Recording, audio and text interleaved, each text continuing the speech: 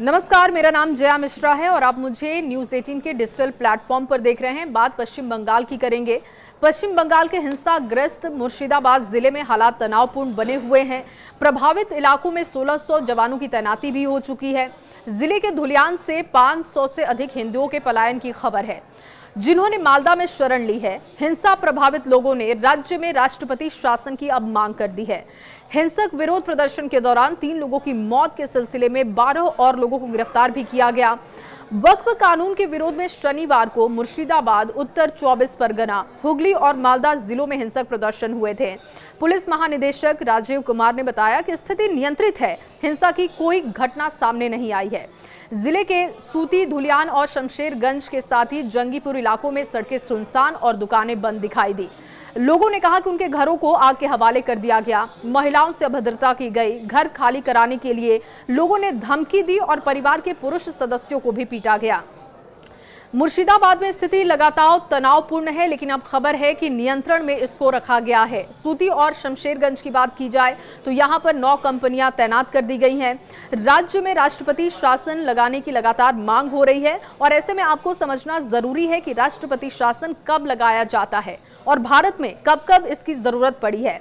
राष्ट्रपति शासन को लेकर हमारे संविधान में 3 तरह की आपातकालीन स्थितियों का प्रावधान है। अनुच्छेद 352 के अंतर्गत राष्ट्रीय आपातकाल युद्ध, बाहरी आक्रमण या सशस्त्र विद्रोह में इसे लगाया जाता है। अनुच्छेद 356 के तहत यानी कि राष्ट्रपति शासन की जब राज्य सरकार संविधान के अनुसार काम नहीं करती है तो इसको देखते हुए बंगाल में लगातार राष्ट्रपति शासन लागू करने की मांग हो रही है। अनुच्छेद 360 के तहत वित्तीय आपातकाल, आर्थिक संकट की स्थिति जब बनती है तो राज्य में राष्ट्रपति शासन लगाया जा सकता है।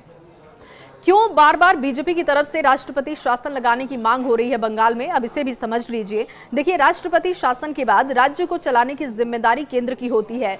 अनुच्छेद 356 लागू होने के चलते जब राष्ट्रपति शासन लगाया जाता है तो राज्य की कार्यकारी शक्ति केंद्र सरकार के पास चली जाती है और केंद्र की सरकार ही राज्य के कार्यों को देखती भी है। इसके अलावा विधानसभा को भंग कर दिया जाता है और उसका सीधा नियंत्रण संसद के पास चला जाता है और यही वजह है कि केंद्र की तरफ से इसकी लगातार मांग हो रही है।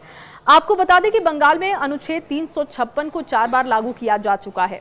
अब ये समझिए कि अधिकतम कितने समय तक राष्ट्रपति शासन को किसी राज्य में लगाया जा सकता है। देखिए, किसी राज्य में राष्ट्रपति शासन को 6 महीने के लिए लगाया जा सकता है। इस 6 महीने के भीतर ही चुनाव आयोग को राज्य में मतदान करवाकर दोबारा सरकार के गठन की प्रक्रिया पूरी करनी होती है। हालांकि जब देश में राष्ट्रीय आपातकाल लागू हो तो इसे बढ़ाया भी जा सकता है और राष्ट्रपति शासन विशेष स्थितियों में 3 वर्षों तक बढ़ाने का प्रावधान है। लेकिन इसके लिए चुनाव आयोग को ये प्रमाणित करना होता है कि वर्तमान स्थिति में राज्य में चुनाव करवाना संभव नहीं है। वक्फ कानून को लेकर बंगाल में कई हिंसा की तस्वीरें हमने देखी। आगे हालात कब तक सामान्य होते हैं इसका कोई अंदाजा नहीं है और ऐसे में आपको क्या लगता है, बंगाल में राष्ट्रपति शासन लागू होना चाहिए या अभी की स्थिति में ममता सरकार को कड़े एक्शन लेकर स्थिति को सामान्य करने की कोशिश करनी चाहिए, जिससे राज्य और राज्य के लोगों को सरकार पर भरोसा मजबूत करने का एक अवसर भी मिले? इस पर आपकी राय क्या है, कमेंट करके जरूर बताइएगा।